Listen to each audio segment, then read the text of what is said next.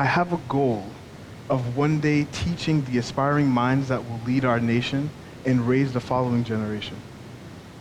But I was raised to believe that it doesn't matter what you do in life, so long as whatever it is done in service to the advancement of your community. And so, aiding to the prosperity of humanity.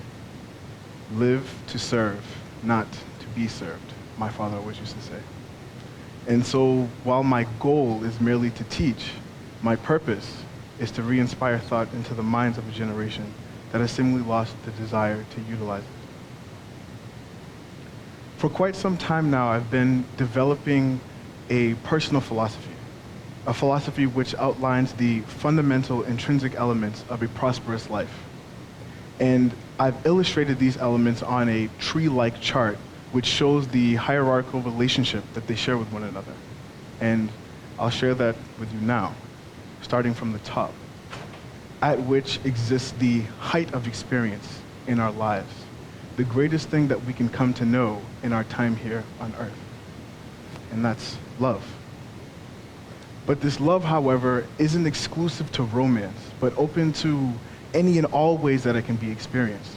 And so whether it be romantic, familial, friend-based, hospitable, and the like, love seems to be the one thing that brings true purpose, meaning, and value to life. But the prerequisite to love is communication. And this is our ability to connect with and understand our fellow human being.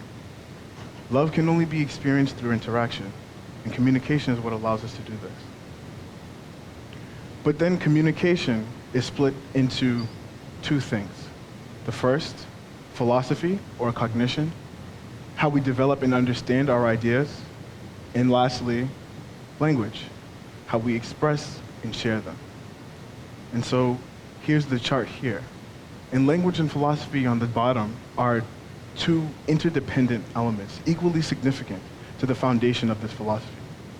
But for the sake of the allotted time and doing true justice to the scheme of this philosophy, tonight I will be focusing my talk on language and its significance to achieving the top goal.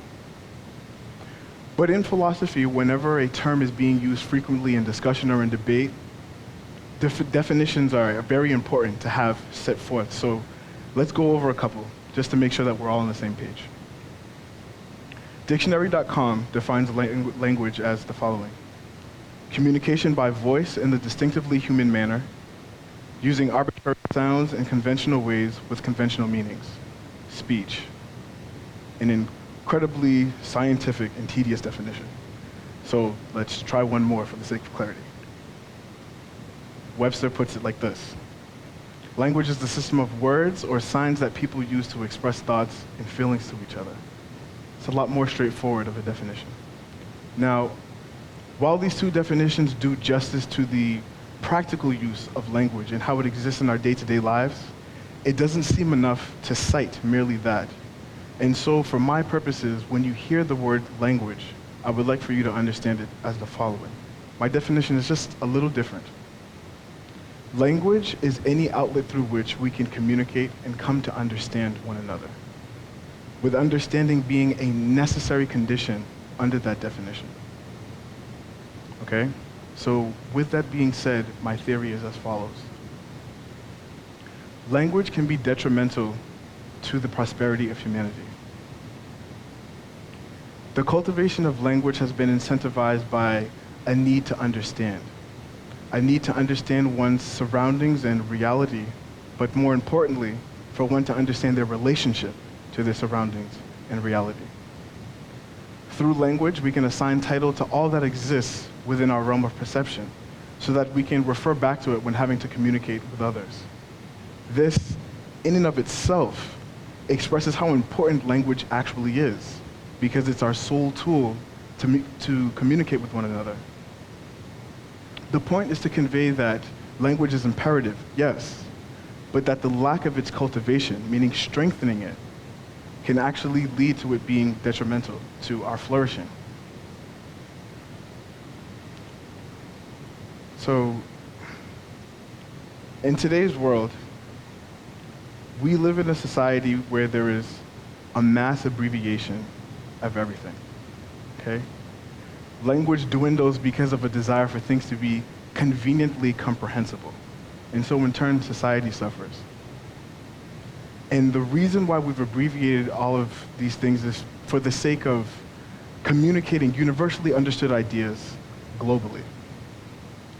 Let's take a second and enjoy the slides. It's actually my favorite slide of the presentation, a conversation that a mom is having with her daughter using this abbreviation that I'm talking about.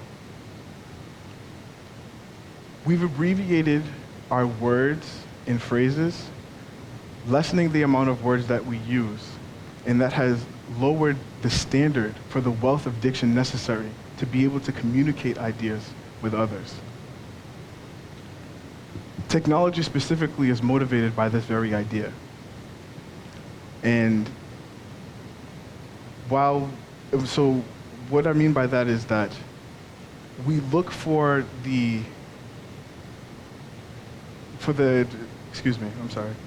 we look for the greatest answer or the greatest outcome having exerted the minimalist amount of energy or words possible.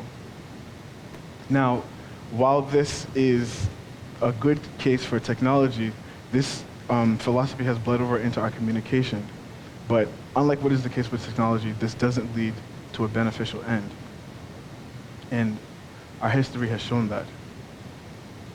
When we advocate for concision in language, we don't enhance our ability to communicate. And so through abbreviation, there are things that exist within our lives that can't be expressed through the simplicity of concision and abbreviation. Elements of our lives such as religion, such as culture, philosophy, and even love cannot truly be expressed because they are more abstractly existent elements of our lives, and so require a more diverse and abundant diction in order to be conveyed properly. But as I was saying earlier with the technology example, is today we thrive on concision and efficiency, and we look for that answer that will bring about the greatest results, having exerted the minimalist amount of energy. So opposed to these things being developed, these elements being cultivated, they are actually stripped of their complexity. And so that can cause friction when they're tried to be communicated with others. And that friction is misunderstanding. And misunderstanding is what has led to all that we've learned in history to despise. Things such as genocide, such as war, sexism, slavery, segregation, and the like. All of these are consequences of misunderstanding, an inability to see the significance in another party, and not only that, but to appreciate their indifference to you. So let's think of an example where this is the case. I would like for you to imagine the case where the European colonists hit the shores of Africa for the first time. Now, prior to this, white has never seen black, nor black white. And these are vastly different peoples coming from vastly different cultures, mindsets, philosophies, and languages. But because of an inability to communicate, because of their language barrier, they then are put in the position to interpret the likenesses and behaviors of the other through their own lenses, which are indifferent to that which they're interpreting. This is what we call an intentional stance. It's to ascribe thoughts and ideas onto that which cannot speak on behalf of itself. And when we do this, we inevitably define things wrong. And so opposed to, in this case, the African being appreciated for their indifference, because of their indifference, they're seen as uncivilized, uneducated, savage. And this misunderstanding has led to all that we know in history. So, when we advocate for concision in language, we don't enhance our ability to strengthen communication, but we hinder its growth. And by hindering its growth, we lead to misunderstanding. Misunderstanding is what leads to what we don't know. So, let's go over this one more time. A lack of the cultivation of language then leads to one's inability to adequately express themselves to another, which then hinders their ability to be understood, which then inevitably leads to them being misunderstood. And that is what leads to all that we've learned to despise. And so what I urge for you to do is to see the significance in your language and its value to you developing your thoughts and ideologies, and how the two of these things paired together develop your communication. And that's communication that you use to speak and to advocate yourself to other people. But not only that, but to hold a true appreciation for them when they're speaking to you. And through that communication, we can truly experience all that there is to experience within love. Thank you.